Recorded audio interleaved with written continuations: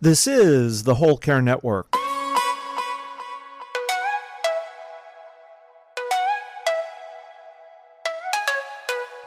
Helping you tell your story one podcast at a time.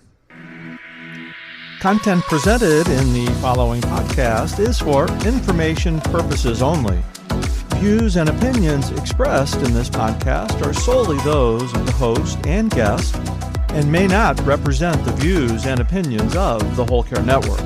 Always consult with your physician for any medical advice, and always consult with your attorney for any legal advice. And thank you for listening to the Whole Care Network.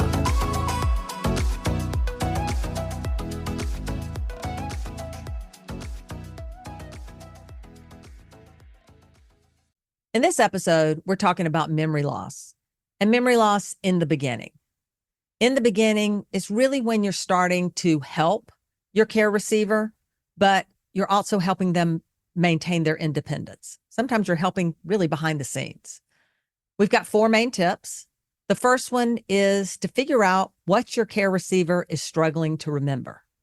The second one is to understand and help with what they can no longer do. The third tip is about getting other people involved as you deem appropriate. And the fourth one is to watch out for UTIs. They can muddle up the whole situation. Well, they sure do. Whew. But let's start with a candid conversation around memory loss and memory loss in the beginning. Welcome. We're Sue Ryan and Nancy Treaster. This podcast brings our years of experience in a variety of family caregiving roles to prepare you to navigate your caregiving journey.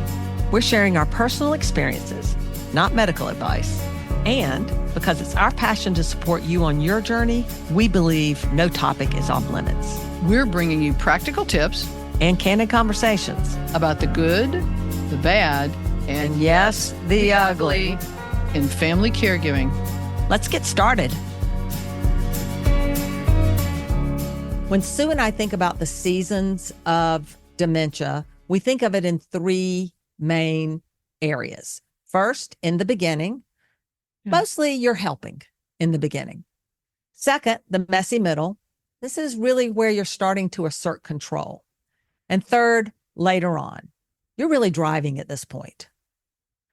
Now, when I think about memory loss in the beginning, honestly, there's nothing harder than to watch your loved one slowly begin to lose their memory. Yeah. It's like a punch in the gut every day. One day you realize they don't know their birthday. The next day you realize they no longer know their address or their telephone number or your birthday. They don't know their ATM code. It feels like an avalanche of punches. And it really creates an emotional roller coaster for you. And while you're in this emotional roller coaster or on it, you're also trying to help your loved one get through the day. So honestly, it's really, really hard and probably, Sue, one of the most difficult times. It is because they are still in the phase where they know they're forgetting things. So they're currently aware of it. So you're dealing with things where you're aware of it and you're trying to help them navigate it. They're also aware of it and they're going through their own series of emotions around it. So it's that much more complicated for you. Very good point. It's really emotionally charged because they're upset, scared, and frustrated. And frankly, you're upset, scared, and frustrated. Everybody's having a hard time. Yeah. I've been on many caregiving journeys, and every journey has been different. Every journey has had something in the journey of the path of it and everything. It's presented different symptoms. They've progressed differently. They've lasted different lengths of times. And so it like as you're saying, with the shock wave of reality, we can have done the journey before, but we still really don't know what's going to happen. What we do know is it's not going to go back to the way that it was. And that's a big adjustment for us as well as them. Now, there may be a day in there where all of a sudden they have great clarity and we think, oh, maybe it was wrong, but basically, no, it's not going to. And so, for example, when I was giving prompts, whether it was in the kitchen or the bathroom or the dressing or anything like that, I wanted to create an environment that was as close to what they were used to. However, it was done in a way that was going to be supportive of them where they were at that point in time. And that's with a lot of observations that could change day by day. And that is, that's such a good way to think about things. And we're going to cover that when we get to tip 1, because that's really what we need to talk about in a lot of ways. I guess what I want to say before we get to tip 1 as well is this is an emotionally charged situation. Your care receiver is frustrated and upset. You're frustrated and upset. Everybody's grieving to some extent over the change that's occurring. And at the same time, the onus is on you to take a deep breath and figure out how to get control of this situation. And it's tough on when you say getting control of the situation, where many of us come. And again, I've been on a lot of journeys. Nancy, you've been on a lot of journeys. When we say that, there are a lot of things that aren't in our control, or that we don't know are going to happen. You think it's going to go this way and it really doesn't. True. And so when we're doing this, that when we're talking about it, it's be as open as we possibly can to recognize it, and just being very, very observant of everything. And the best place to start, and for many of us, this is the last place we either start or consider. And the most important thing, and I've learned it the hard way, is for us in the beginning of our journey to start with our own self-care and prioritize that. Get in the habit of prioritizing our self-care in the very beginning. Self-care isn't selfish, it's self-love. I've got stories and we can talk about it, but I encourage you in the very beginning to focus on yourself. You've got all these other things going on. Don't give up yourself. Very good point. Very good point. And a lot of people wait too long to figure that out, or never get there. Or they figure it out the hard way. Right. Which is, by the way, what happened to me. We all do, I think. So once again, the reason we're doing these podcasts is because we want you to get there much faster than we did. And we want your journey to be much easier than ours was in a lot of ways. Yeah. All right. So let's start with tip 1. We're trying to figure out what they're struggling to remember. Yeah. As I said, everything from their birthday to their ATM code to their passwords. I mean, there's so much to unpack here. Yeah. I can still remember the day I came home from work and my husband said his ATM code didn't work. His ATM card didn't work. And I was like, maybe his ATM card doesn't work, right? So let's get in the car and drive to the ATM and figure out what's going on. So we get to the car, drive to the ATM. I'm a little suspicious that it might not be the ATM card. So I say, well, honey, show me what you're doing. And the fact is, he really didn't even know how to use the ATM machine anymore. He certainly didn't remember his code. So, punch in the gut. And now we have to find a way around this, because I'm trying to help him maintain his dignity and his independence. So from then on, every time we got in the car to go somewhere, I was driving a lot at this point. I made sure I'd say, do you need cash? He'd say yes or no. If he said yes, I'd stop by the ATM machine. I'm in the driver's seat. Hand me your card. I'd use his card, get him some cash, he'd put it in his wallet. No, nobody was any of the wiser. We pretended all was fine. He maintained his dignity, but got cash in the meantime. So, example of, once I figured out what he was struggling to remember, I was able to help him maintain his independence and have some dignity, but resolve the situation so that we could continue, down our path. Yeah. And Nancy, that's a great example of something we're going to talk about a little bit later on in this podcast episode, is the truth they need to hear. Good point. What you did is very much an example of that. So in a few minutes, we'll talk about that. But I'm going to share an example of what I did in the beginning. And I did this with most of my caregiving journeys, is that I began a journal for each one of them. And it had my observations. And these observations were as much for me with my feelings and what was going on and where I was struggling, and about the progression of it, as it was about the changes they were going through. And part of the reason I wanted to make sure I had all of that information is to be able to figure out how to help gradually move them along, remember what their patterns had been. So as soon as I started noticing changes, I got really intentional about observing or remembering what they had been doing so I could make adaptations and keep things the same, as close to the same way as it was before. Quick example with my dad. Very, very routine oriented person my entire life growing up.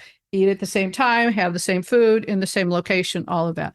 And when I began to notice that he was missing steps in his pattern, or he would start to do something and would forget what it was, what I started doing, for example, when he would get his breakfast out and he would make the breakfast and he had exactly the things in the routine, there were certain things I went ahead and got out for him. For example, in the morning, the bowl that he used for the cereal and the silverware and those things were out. The glass for the orange juice was out. The vitamins were already out. So instead of him, where he had them all put away, they were just easier for him, but yet he could still make his breakfast. With my husband, if for him, he was struggling to make order with numbers and he was a numbers guy. And so I shifted the ways that he used the numbers and brought things to him so that the answers were more already there and he could look at the answers instead of trying to figure things out. So maintaining independence clearly, but you're helping, and sometimes in a very behind the scenes way, right? Yeah, that's a great way of saying it. Is so often in the very beginning, it's very behind the scenes. And part of what you're observing is how well they get it. But you're also navigating, and this is important on the self-care part, Nancy, what you said, I call it drip grief. Yeah, this one little thing, I got to do this now, and they don't remember how to do this. And sometimes there are really a lot of emotions surrounding that for yourself. Be observant of those and honor those. It's a big deal, even if it seems like it's a little thing. Right. And we're going to talk later about a tip about getting other people involved. And a lot of that is just to help you get through these little emotions, and not little, believe me, they're not little, big emotions, to be honest, especially at this point in the journey. Passwords, another good example. Obviously, you want to wedge your way in as best you can to all the computer passwords because they're going away. They're going to forget them completely eventually. They need to be prompted in the meantime. So you have to start helping if they're going to even continue to use technology. And one thing on that is, and start working with them ahead of time. And one of the things you could do maybe is be saying, the kids want this, or we want to make sure we put everything in the same place. Sometimes they don't even remember the websites, much less the passwords. Good point. So combination of those things. And what we did is so that we would have all of our websites and passwords in one place in case anything happened to us, our children would be able to take care of things. I think that's great. That's really smart, Sue. Honestly, the whole concept of just saying it's for the children. Great idea. Bank accounts, another good example. If you're not on their bank accounts, you need to be on their bank accounts. My husband had one business bank account where he had a consulting business. He set it up without my involvement. No big deal. I said, I need to be on your bank account. He actually had no problem with that as well, while he could still go to the bank and actually sign his name, which is also part of the problem. That's why you have to do a lot of this early, because if you wait too late, they're not capable of even showing up to fix the problem, help you fix the problem. Exactly. Yeah. Well, and one of the other things is like medical portals. And part of what I would do for my husband, we were going to go to the doctor and he goes to sign in and give his information. I would have pre-registered him. And I also would have called the doctor's office. If it wasn't the neurologist, I would have called the doctor's office ahead of time and explained that my husband had dementia and that I was going to be there standing there to help fill out anything. But if they had questions, please be understanding of it. I never had an issue with the doctor's offices being supportive of that. And again, he felt like he was checking in and doing things. Right. They almost don't even notice. They just don't. They don't notice in the beginning. And there is a little faking it, like they would hand the paperwork to us. And I would say, you don't have your glasses. Do you want me to fill that out? His dignity, he'd say, oh, great. He had no idea how to fill it out. Right. But for him, it helped him maintain some dignity. So you also did something brilliant early on, in the beginning with the wallet. And I really think that's awesome. Let's share that tip. Okay. I did a couple things with the wallet. First of all, I made sure that I had my name and contact information in there. I had created business cards that I would take to restaurants that would identify that my husband had dementia, but I had contact information for me, and we'll talk more about the broader application of the business card. What I also did though is that before he had the chance to lose his wallet, which was coming. which is coming, Exactly. forget where it was. And I've been helping several people where they just, and they think it's been stolen. Of course Okay. they do. And so I would take the driver's license. I would make a printed copy of it. I would change a couple of the numbers so it could not be used. I have a little laminator. I would re-laminate it. So I would get something that looked like the cards they had or do something else with it. So in their wallet, they had the cards, but if somebody got the wallet, they couldn't use the cards for any reason. In case it actually did get stolen. In case it actually did get stolen. This was another thing where when you go to the doctor's office and you give them their ID, they give you the ID cards.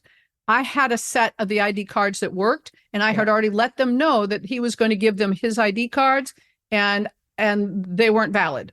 Good. All right. That's pretty smart. All right. Let's move on to tip 2, because tip 2 is sort of in the same genre, which is helping them with things they can't do. And I'll start here. Okay. Not being able to use the telephone.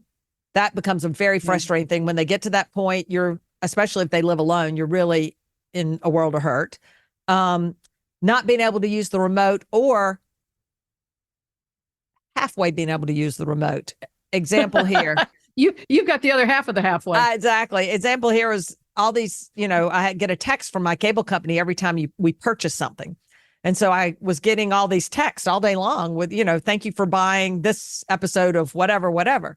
And I realized he's down there with the remote. He doesn't know what to do with it, but he's buying stuff right and left. So I, thank goodness, leveraged the cable company's child safety lock, where you can put a pin that you have to put in before you buy something. And that stopped that.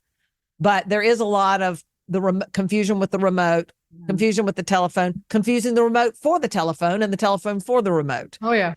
So this is also where you're helping. I would go down once I realized my husband was struggling so with the remote. I was still working mostly at home at this point, but I would make sure I would sit with him every time I had a break and make sure if he was wanting to enjoy a TV show, he was on the right channel and he had what he needed, as opposed to just leaving him for hours to figure it out for himself. Yeah. And it's very helpful because you don't want them to confuse the phone with the remote, and have a remote that you can speak into, because then they're speaking into the remote like it's a phone. The other temptation you might have with the phone, and this is what I did. I thought I would get a simpler phone for my husband. And I'm not going to tell you the brand, but there are brands out there that are simpler. As a loved one ages in a healthy way, they're aging, that's a great device. If your loved one is even in the early stages of their diagnosis, a simpler phone is actually not simpler. And so in the context of taking every app off, taking all the other things off, making it as easy as possible for them to use it, that's going to be valuable. And then with same thing with using other devices, Nancy. Well, just to that point too, it's also probably easier to simplify the device they already have than to change devices. Anytime you try to add a different device, now you've created a learning curve, and learning curves are steep. Their curve is going this way, not.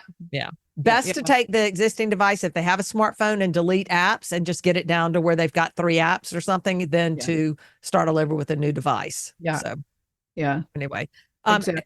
I did find ability to use things like the microwave, the coffee maker, those things fell off pretty quickly at my house.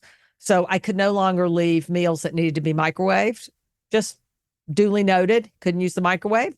So I didn't leave microwaved meals. So, things, once again, this is about helping them understanding what they can and can't do, and trying to make sure you adapt, because this is about observing and adapting. Observing and adapting. And one of the things early on to consider adapting, when they've lost the ability to use a device that could cause harm, unplug it or do something, for example, the stove or with the microwave. If there are things they could do, like if they forget about what to do and they put something metallic in the microwave and they don't know. So at any rate, as you're adapting and you're observing, and this is again why I was journaling things, is to see and just like when you've got a young child, no matter how many things you do to try to make sure everything's safe for them, you may forget something. So give yourself a ton of grace.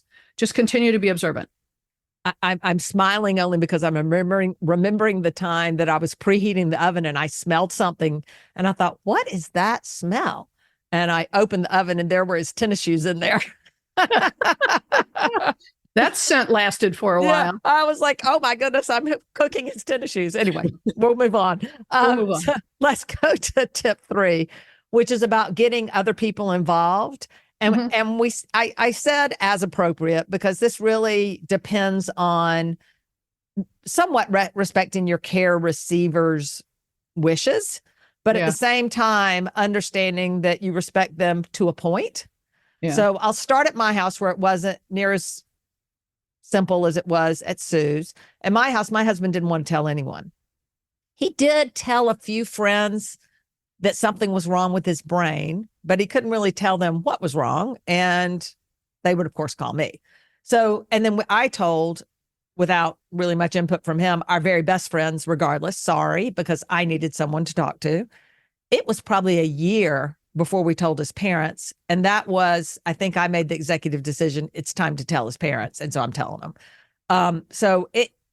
Every care receiver is different in terms of what they're what they feel comfortable with. So I wanted to respect his wishes because it was his story to tell, but only to the point that respecting his wishes didn't, how far it and only so much could it affect me. So, and that's huge, Nancy. That's a huge point. Yeah, I needed the support. So I had a best friend who I called every day with little stories about the things we talked about earlier. You're not going to believe this. Today, he doesn't know what his birthday is or what our telephone number is. Why? Because those were punches in the gut and I needed to tell somebody. So anyway. Yeah. Well, on the other side of that, because that very, very valuable point is often when our loved one, and I did not have this experience with my husband, we'll talk about that in a moment, but when we have, and I've learned this through so many different support meetings and so many conversations with people, when one of the loved ones does not want to share, have the conversation with them. Help me understand why not. What are you concerned with? And then perhaps part of what you can be doing is helping those people they wouldn't want it to. I don't want to let my children down or whatever. So try to get to, because the end result is they don't want to share it. We want to try to, while they're cognitively capable, we want to try to figure out what the root cause of it is. So as if we possibly can, we can help them step into their own level of comfort with actually sharing it, feeling like it's their idea and they want to, and then getting it out there. So just if they say, I don't want to tell anybody, don't stop there. Don't accept that as the end point. I love it. That's great advice. Absolutely great advice. Now let's talk about the other side of the coin, though, where it's nice to see or hear.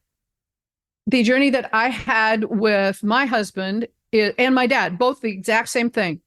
We're fine letting everyone know. We want everyone to be part of the journey. We want them to help us along the way. And he shared it to everyone. And we talked about it. Wow. And it was very, very open. And the same thing with my dad. And what it did was allow other people to so graciously support them. And that we talk about dignity and maintaining dignity. When someone knows, they ask questions differently. They talk to you differently. They listen differently. They're patient in different ways. They're able to lean in and support you as well in ways if it was being hidden, they wouldn't be able to. And then there are things that don't seem right to them, but they don't feel like asking. And so you've got friction with friends and loved ones. They don't know what to say or do. We didn't have any of that. And it was amazing the number of ways. And people who, very, very quick example, my husband's a Mass Everyday Catholic. And I would be taking him to church every morning. And there was a gentleman one day who tapped me on the shoulder. He said, I go right by your home on the way home. May I please bring your husband home? Of course. Yes. Very nice. Very nice. All right. So obviously each situation is different, but please take Sue's advice. Even if they say no, dig in a little deeper. And maybe it's no right now and you can't get them over the line. Back off, because I think we should respect our care receivers, but don't let it be no forever. Bring it back up when you see another opening and keep trying, because it will be easier when you're over this hump. I'm going to add one more piece in here, and it kind of relates to that, but I call it keeping promises you're not meant to keep.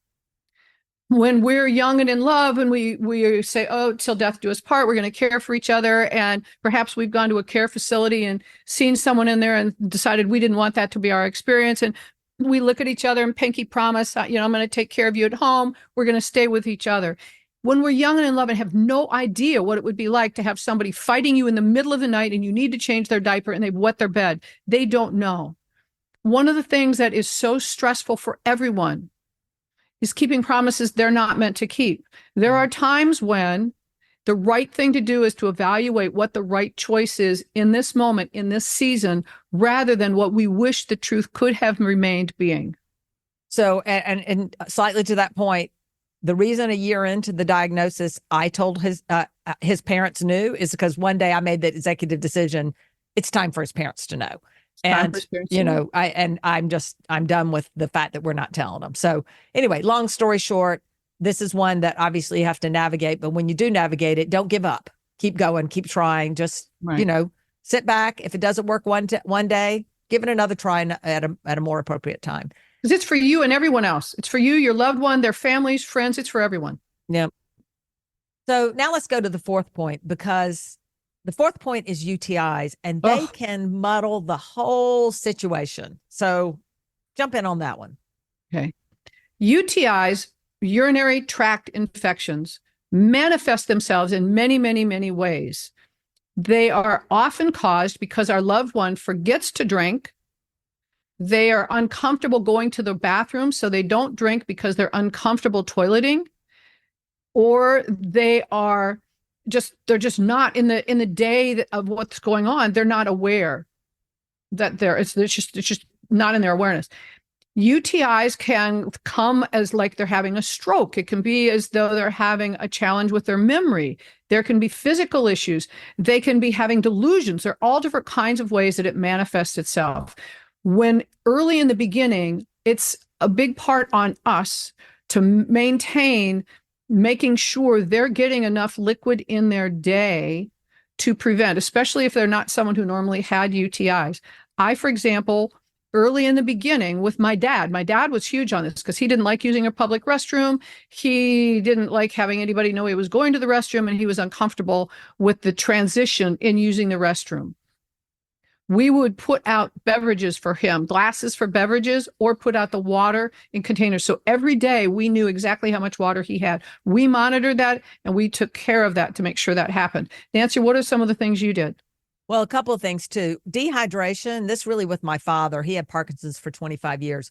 And we could tell a huge difference when he was dehydrated in how confused he was. Even if he didn't get a UTI, it definitely it exasperated his confusion. So dehydration's just bad all the way around. Be careful and continue to watch it. To this day, constantly walk past my husband. You want to have a drink? You want to have a drink? It's a constant thing. And on UTIs, my father-in-law has a lot of those. He's got some other problems that are related to that. And we've had to go to the ER twice with UTIs, because one of the things to note, he's a 90-year-old man. UTIs, it's hard to imagine. And I know I've had people say this to me. Well, how did they not know they had a UTI? The older you get, UTIs do not hurt like they do when you're young. And so a UTI can get extremely bad, almost septic, before you catch it. And it's these other things that cause you to know something's really wrong. So you have to keep them in the back of your mind all the time. I'm on a dementia caregiver support page, and people will say, oh my goodness, my loved one just did blah, blah, blah, blah, blah. And inevitably someone would say, check for a UTI. It is constant. It is constant. So let me summarize. In this episode, we talked about memory loss. In the beginning, if you remember, in the beginning is when you're helping. We had 4 main tips. The first one is to figure out what your loved one is struggling to remember. Second tip, help them with what they just can't do. Third, get other people involved as appropriate. And fourth, watch out for UTIs. Absolutely. I'd like to just sort of summarize also with everything that you're going through seems like it's going to last forever. So many of these things are phases. You get through it, you understand how to handle it, your confidence grows, and you move on to the next things. But just know everything's a phase. You will get through it and you will be able to handle it. I promise. Absolutely. We're all on this journey together. This is why we're here to support and guide you. You've got this.